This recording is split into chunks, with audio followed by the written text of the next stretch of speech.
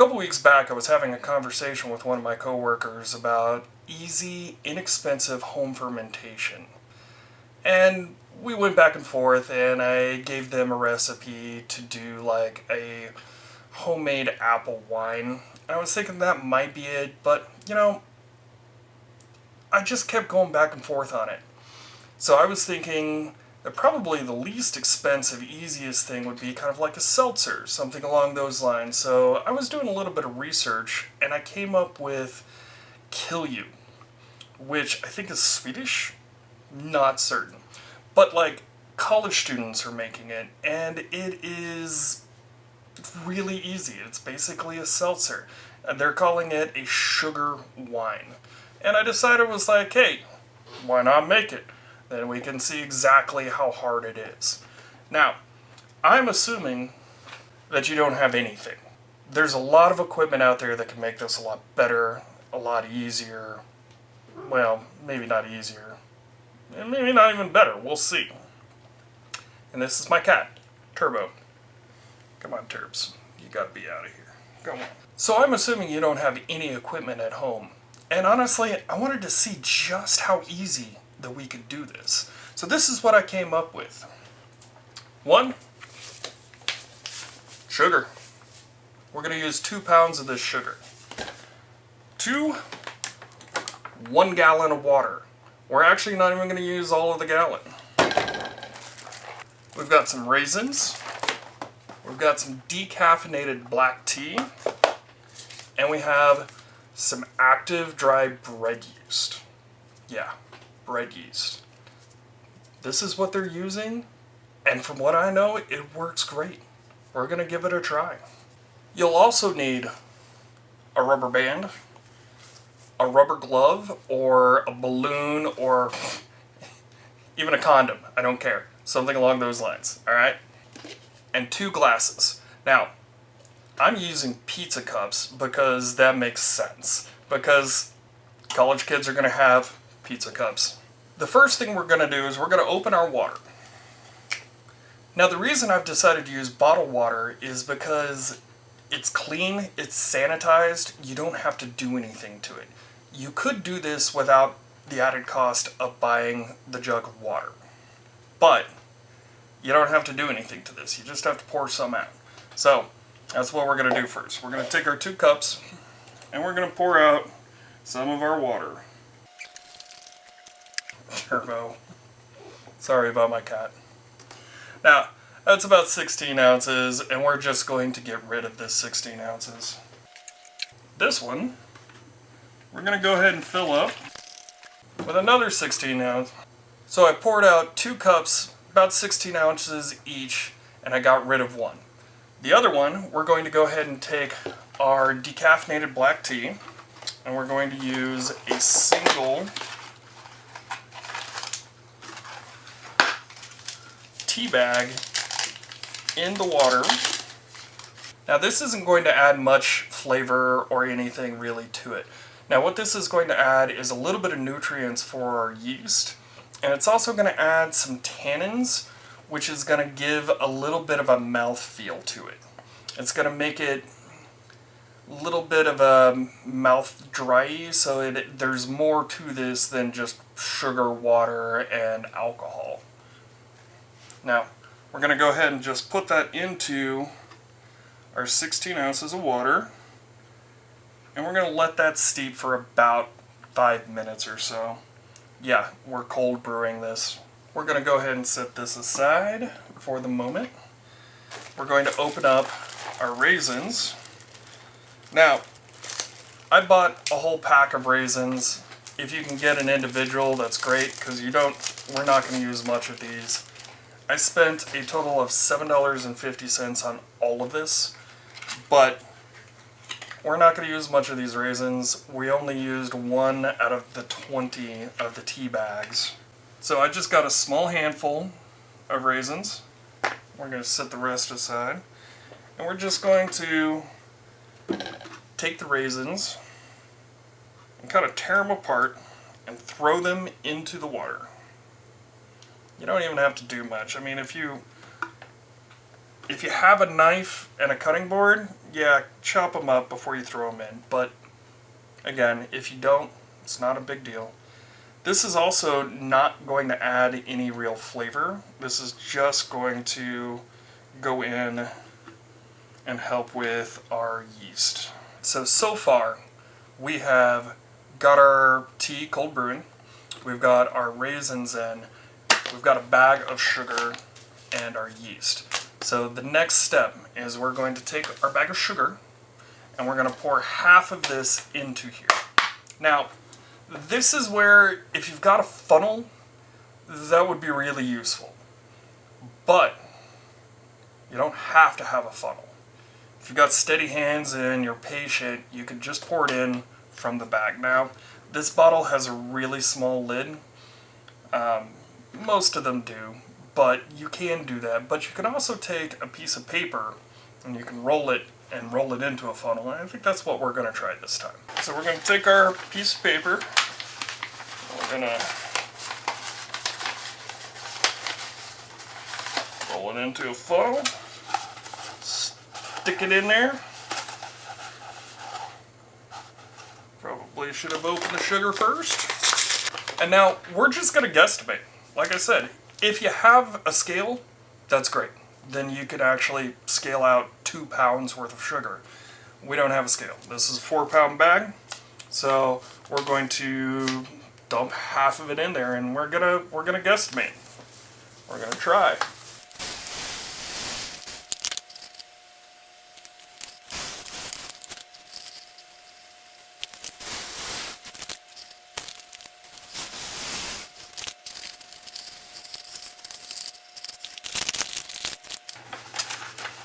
It would help to have a funnel, just gonna be honest.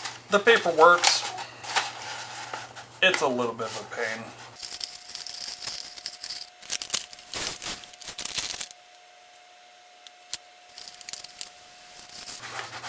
Now, if you're wondering why we got rid of 16 ounces to begin with, that's why. We needed the space. And truthfully, we probably needed to get rid of more. You know, I'm learning just as much as you are. So the next thing we're going to do is we're going to go ahead and put our cap back on. Do not trust these caps, okay? These are going to leak from time to time. So we need to be able to shake it, and we need to get that sugar to dissolve into the water. It's going to take a while to shake this. So the other great part about shaking this up is we do need to get as much oxygen into the water as we can for the health of the yeast. So you get a better fermentation if the yeast has a good amount of oxygen to begin with. Now, it's the only time that you want to actually add oxygen. Once it's fermented, you don't want to add anything. You want to keep it as oxygen-free as possible. Let's check it. Pardon me while I wipe out the spilled sugar.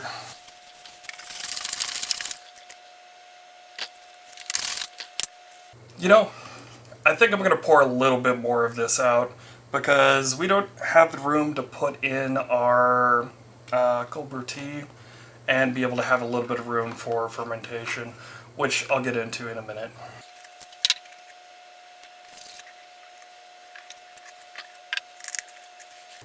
Alright, so I poured out about another 2 cups, a little under, maybe 16 ounces or so.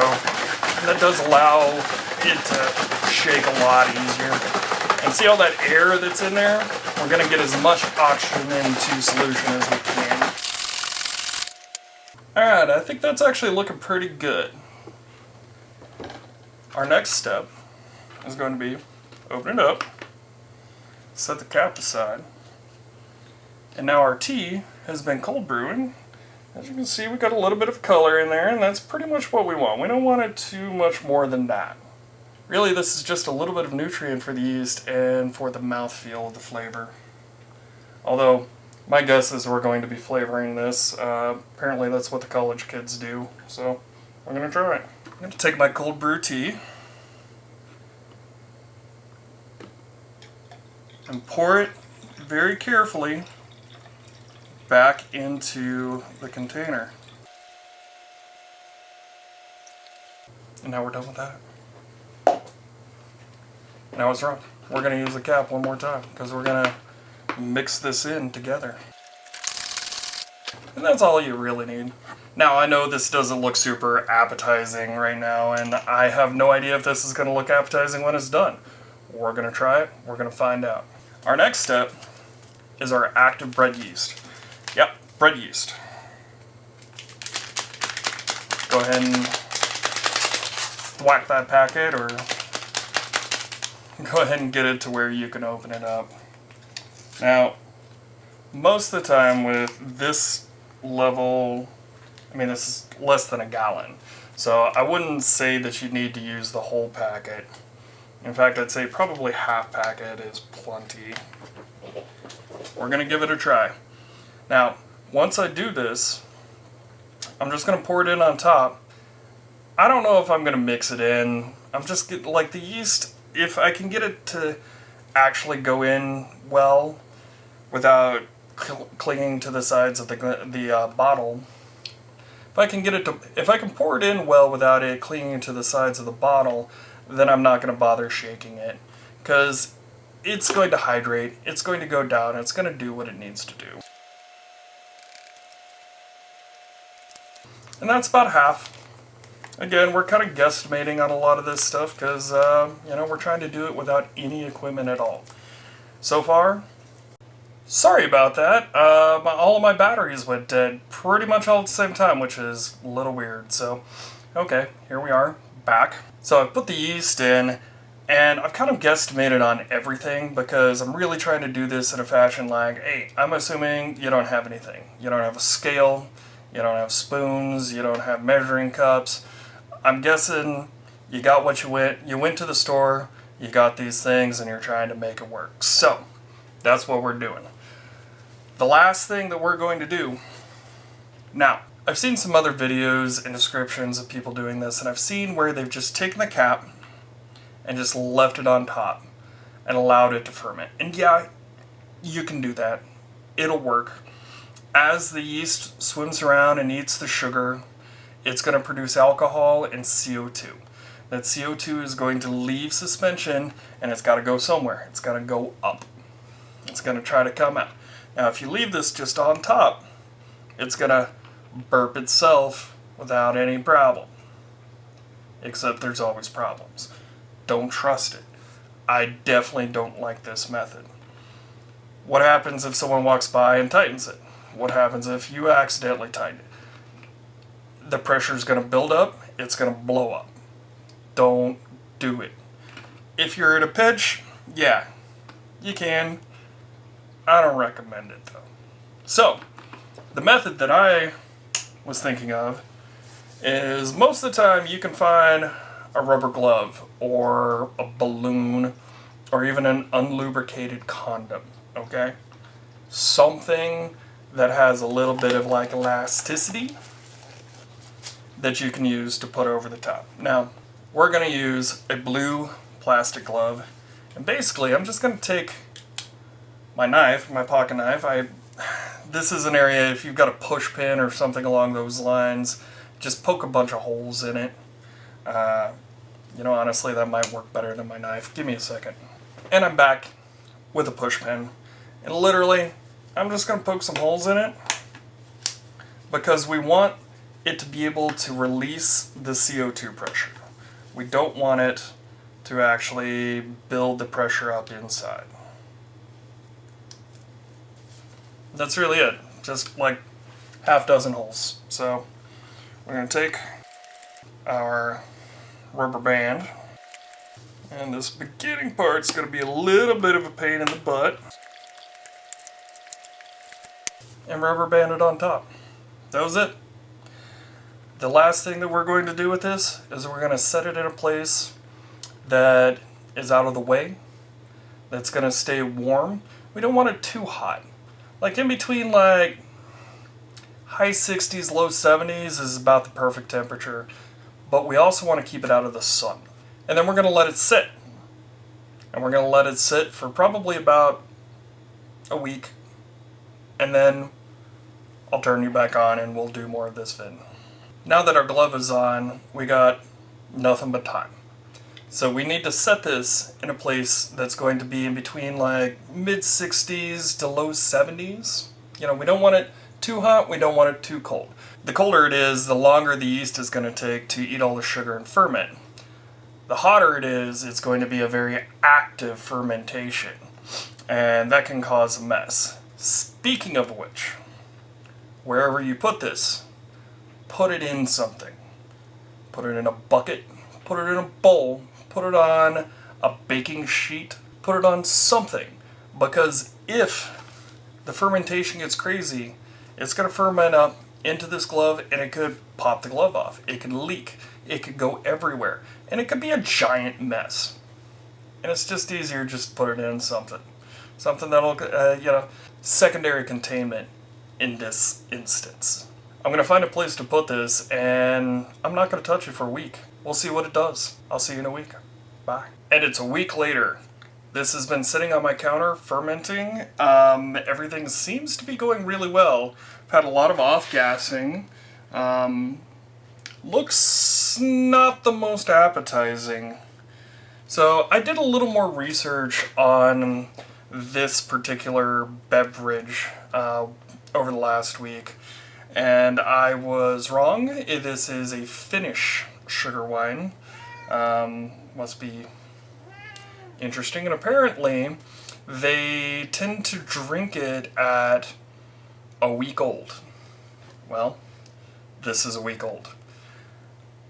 I'm going to be honest, I don't particularly want to drink it like this.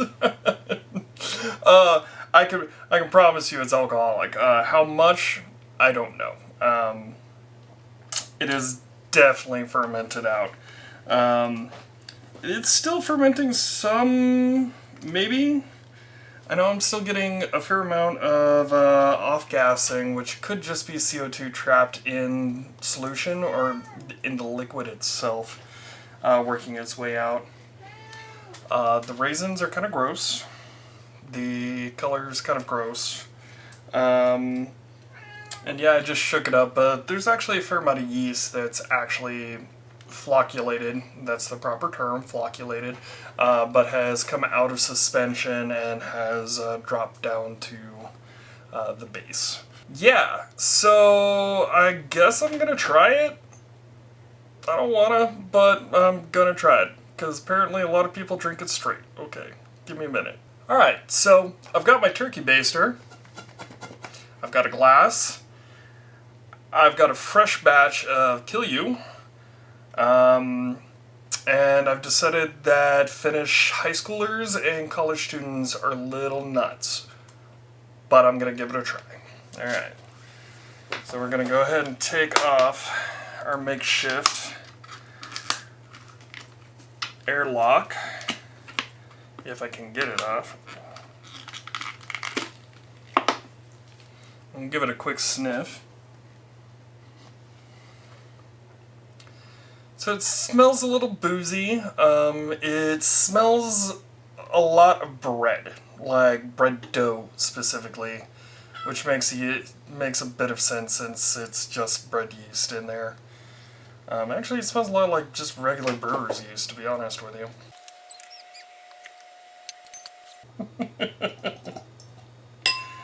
Okay. Very cloudy. Almost a little milky. Doesn't leave a whole lot of residue.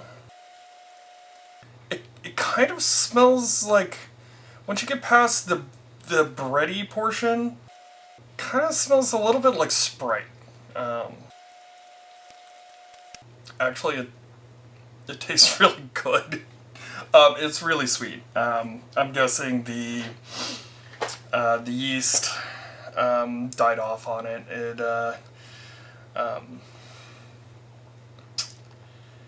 Yeah, I'm guessing I've got a stuck fermentation. Like the yeast definitely didn't fully ferment out all the sugar. It's sweet. It's not like Coke sweet. I wouldn't even say it's like juice sweet. It's more like a coffee with like a sugar or two. And my cats are going nuts right now. They definitely want my attention. So if you see a cat on the counter, I try to keep them off, but it doesn't work. Honestly, it's really not bad. I was expecting far worse from this than what actually came from it. See? Cat. Told you. There's a lot of pear. Like, it tastes like a... I mean, honestly, it tastes like a pear. That's actually really interesting. I kind of like it. I was not expecting to like this very much. So there's that.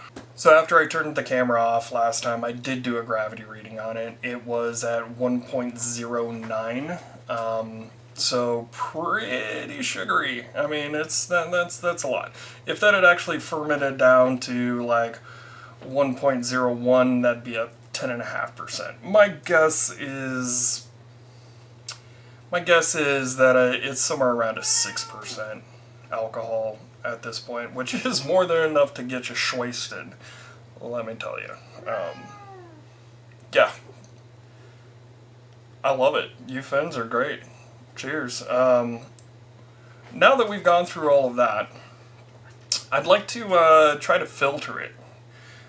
See if we can make it look a little more appetizing. Actually, what I really want to do with this is I want to put frozen pink lemonade. I want to make frozen pink lemonade with this. I think that would actually be, like, fantastic. I mean, this is, like, cheap drunk. Like, try to make the best out of it. I actually really freaking love this. Alright, give me 1 minute. I'll be back. Okay, so to continue on with doing this as inexpensively as possible, and especially since I plan on putting some cheap frozen pink lemonade in here to really like get to where I want. In my research in this, I have seen people put all kinds of stuff into this. In future, I may try another Kilju and do some more of the more interesting ones, the more interesting additives that I saw. But not today. Today, well, next time. Definitely going to get some cheap lemonade and put it in there, pink lemonade, and I think it's going to be fantastic. But to continue on with our inexpensive, cheap, easy, home-produced alcohol, we're going to filter it the least expensive way to do it. Now, if you don't have all of this stuff, I mean, honestly, I told you I drank it. It's surprisingly tasty the way it is. But I do want to try to filter it. So I have this water container. This goes into the refrigerator, so I can definitely chill it, which will be good. It's got a spout. The nice thing about this is there's actually enough of a base where it doesn't get that it might actually catch any yeast or anything that flocculates out that I don't get through the filter. I have a coffee filter, and I've got the top to my coffee pot to put the coffee filter into. Is this going to be the best way? No. Is it going to work? I hope so.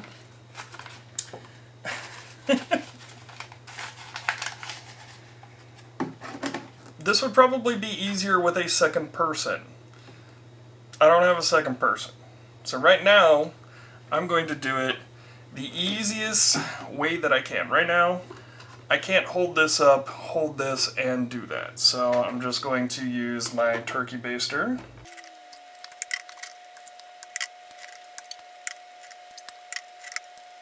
You know what? That's taken forever. Definitely get a friend to help you with this. Our friend the pizza cup.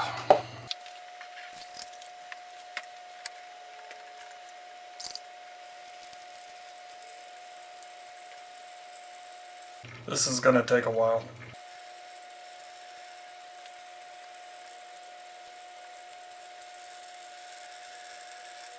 This is also going to oxygenate the fuck out of it. So yeah, long-term storage, not a good idea, but this isn't a drink that you hold on to long-term. This is you brew it, you filter it, you drink it that night, or, you know, the next day, or something along those lines. You don't hold on to this. I can see this for, like, party punch. Like, you do this and you make your party punch out of it, and then people can get cups and drinks and keep, you know, keep the party going.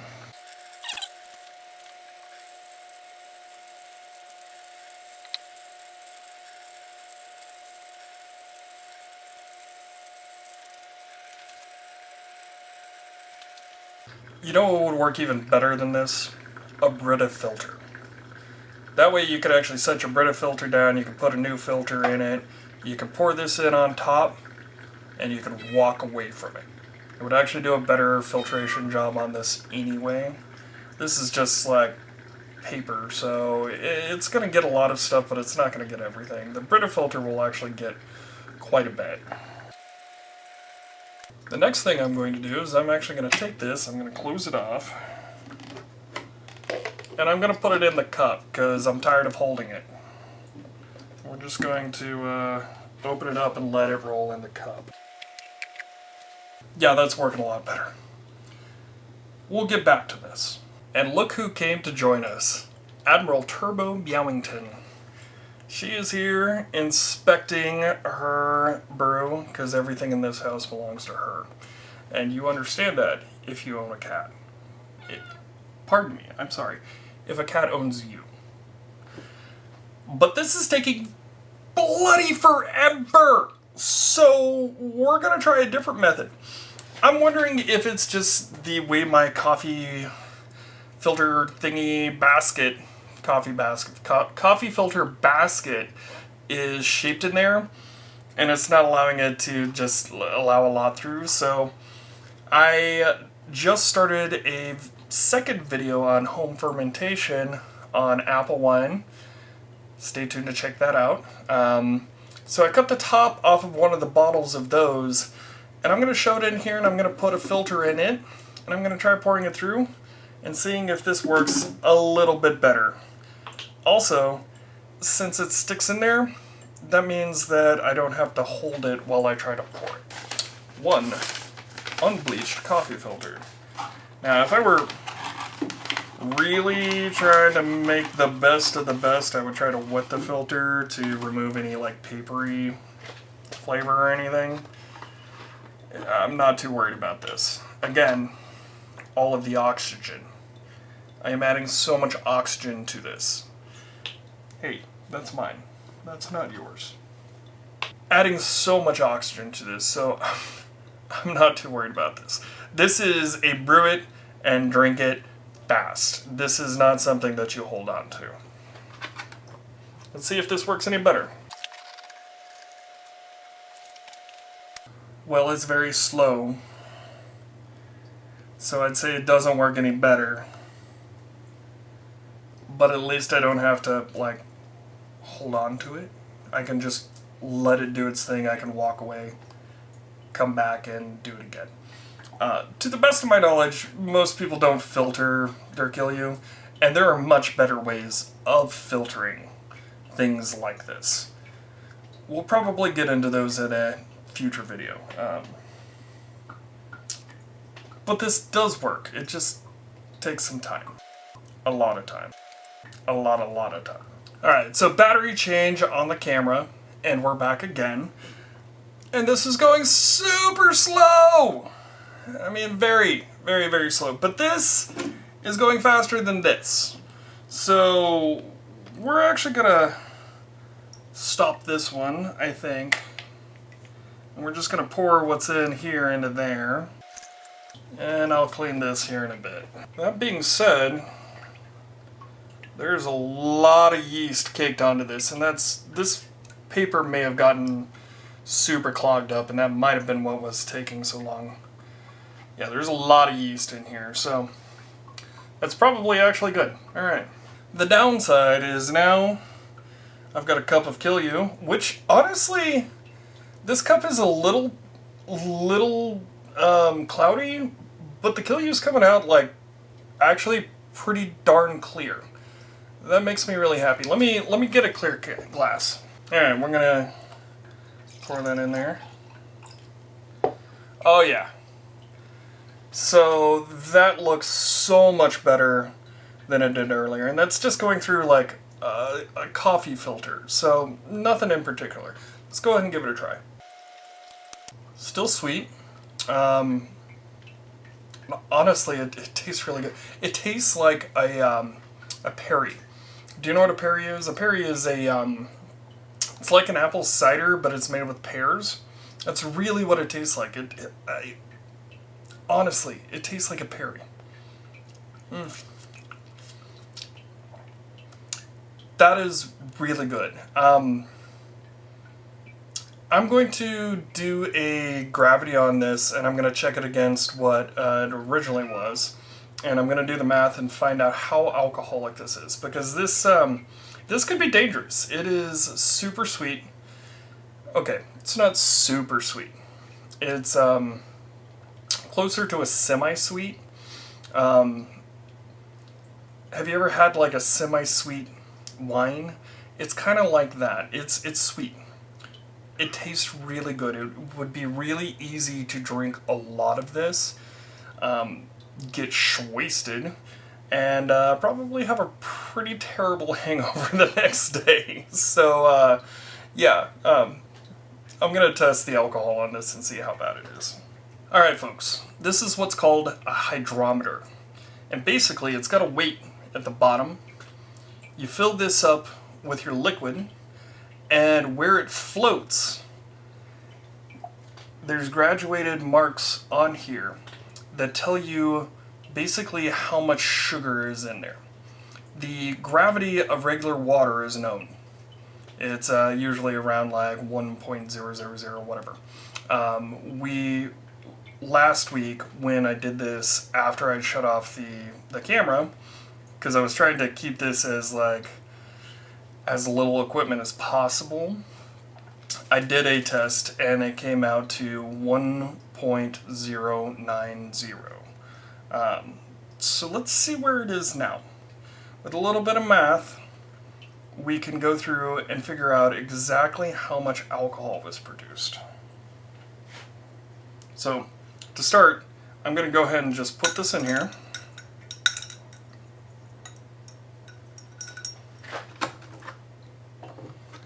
And I'm going to use my glass that I just poured. I'm going to try to, you know what, I'm going to get a funnel. I'm going to use this cute, teeny tiny little funnel, and I'm going to funnel it in here.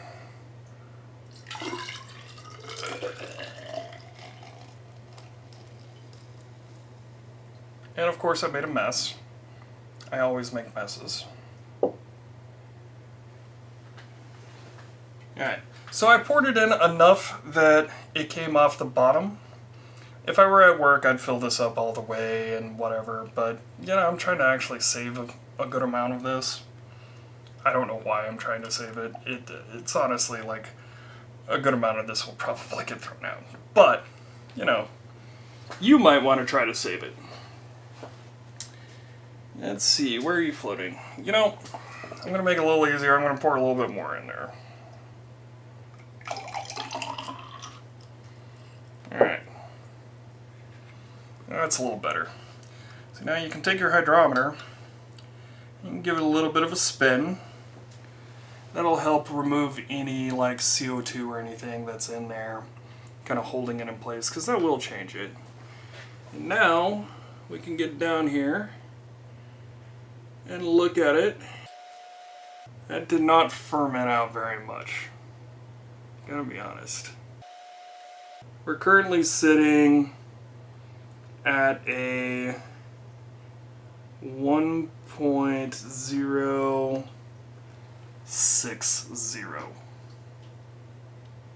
It's not great. It's not very alcoholic. Hold on. I'm going to do the math. Okay. So, according to the online calculator at brewersfriend.com, I believe is where it's at, brewersfriend.com, I'll put a link down below. It looks like, sorry, got a message. It looks like it fermented out to about 4%. 4% is not great. I probably screwed some shit up there. Gonna be honest, first time making this, first time even attempting anything in my own home on this level, so, yeah, 4% ain't great. Still tastes good.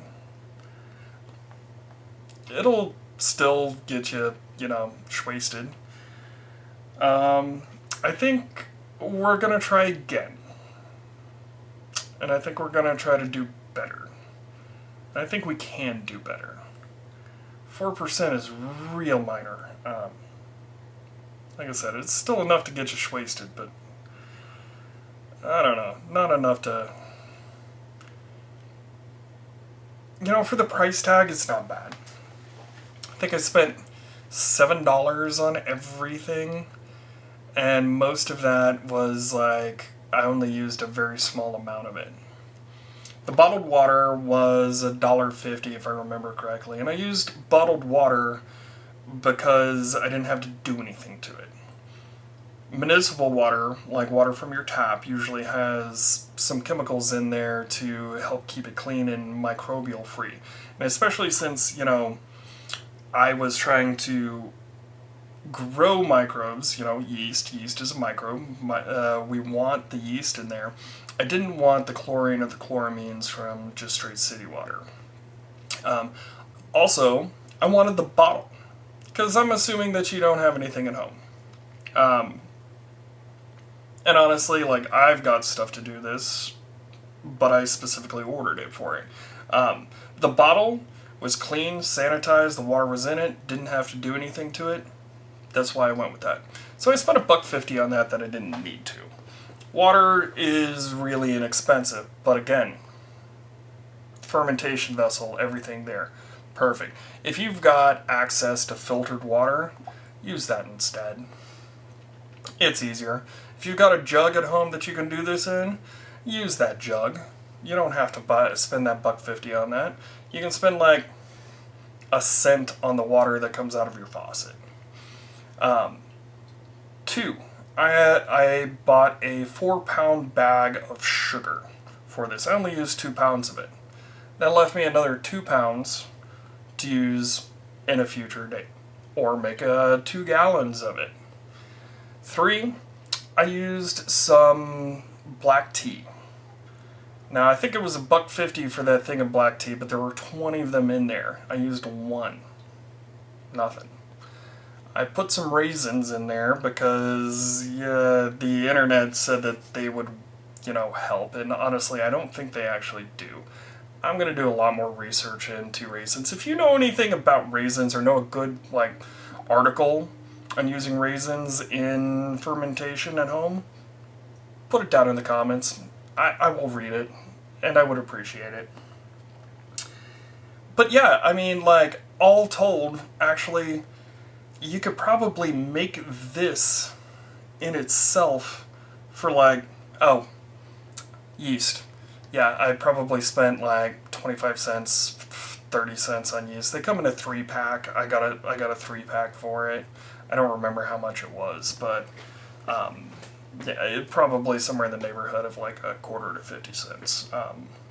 So all told, I probably actually only spent maybe...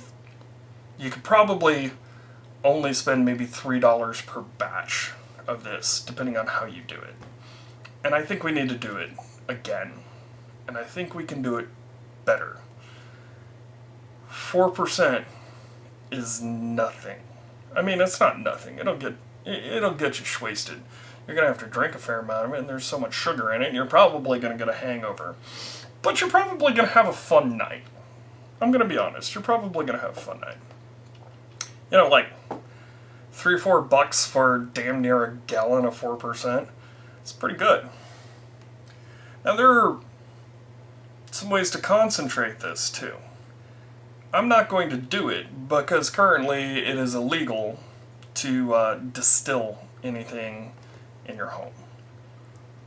But you could. You could take this and you could put it in your freezer. It's called freeze distillation. Put it in your freezer for a couple hours, pull it out, rack it off into another container, and leave behind whatever ice is in there. The alcohol is not going to freeze. The water in there will actually freeze, and that you'll get a higher ABV. Less liquid, but a higher ABV. I'm not going to do it here, but it's science. You can do that. I'm going to continue trying to filter this, and I'll see you in a minute. So you know what just happened? I used 3 coffee filters to go through this whole thing, and it took a while. A while. And I got through this one, and I poured all of it in there, including like everything at the bottom, which I probably shouldn't have done. And the last coffee filter broke. So all of that just went into there. So that entire filtration process, yeah,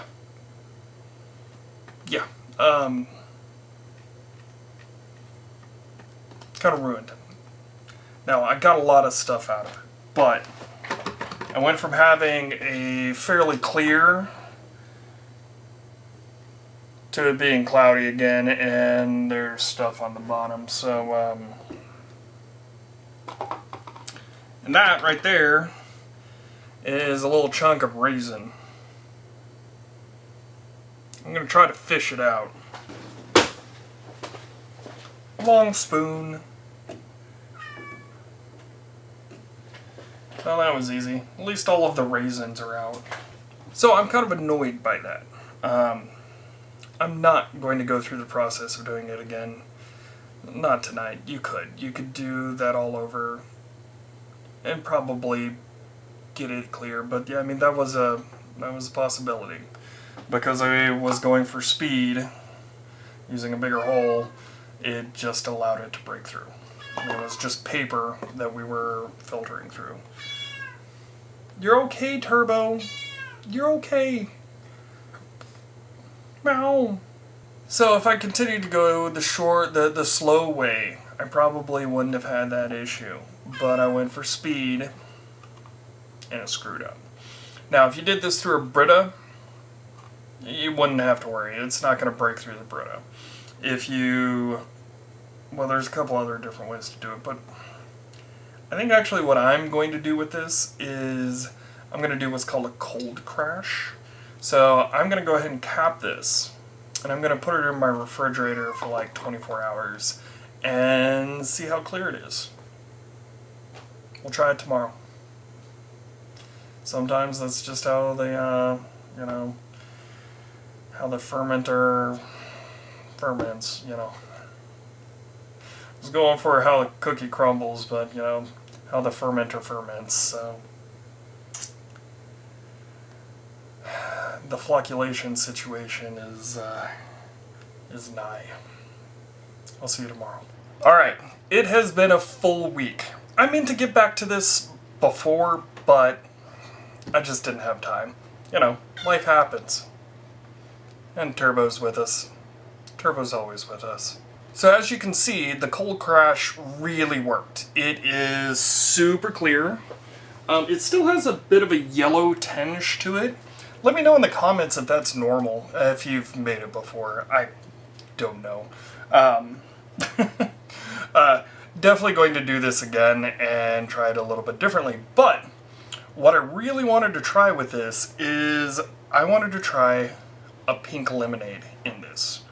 I think it's going to be tasty. Let's see. So the first thing I need to do is I need to rack it off of here.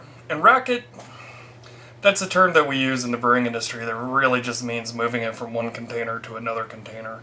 So I'm going to go ahead and try to rack it from this container into this container without taking much of the yeast cake that's on the bottom. It did clear beautifully though. You know, actually, the first thing I'm going to do is I'm going to put this in there, and then I'm going to fill it up from there. Yes? How are you, Turbs? You want to say hi to the people? You want to say hi to the people?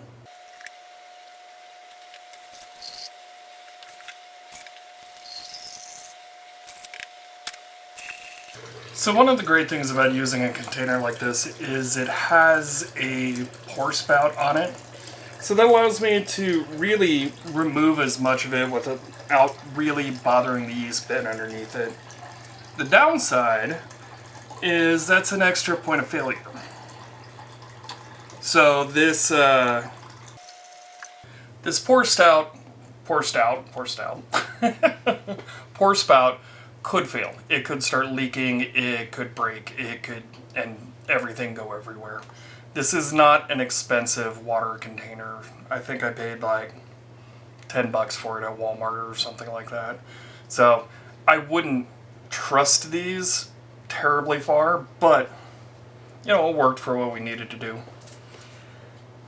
Alright, this is my Kilju mix, and as you can see, down at the bottom is the frozen pink lemonade, and what's up top is colored a little by it.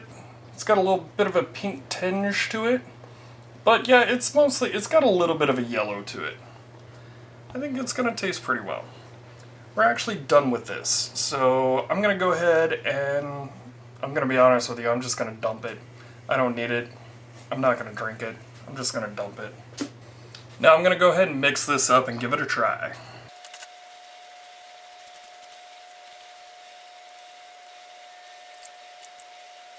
And it's mixed.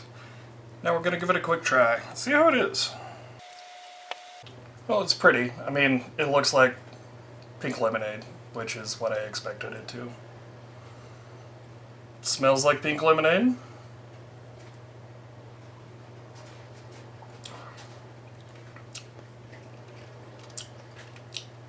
It tastes like pink lemonade. Maybe a touch on the sweet side. And that's probably because my Kilju didn't ferment out far enough. It was quite sweet, and this of course had a bunch of sugar in it as well, so.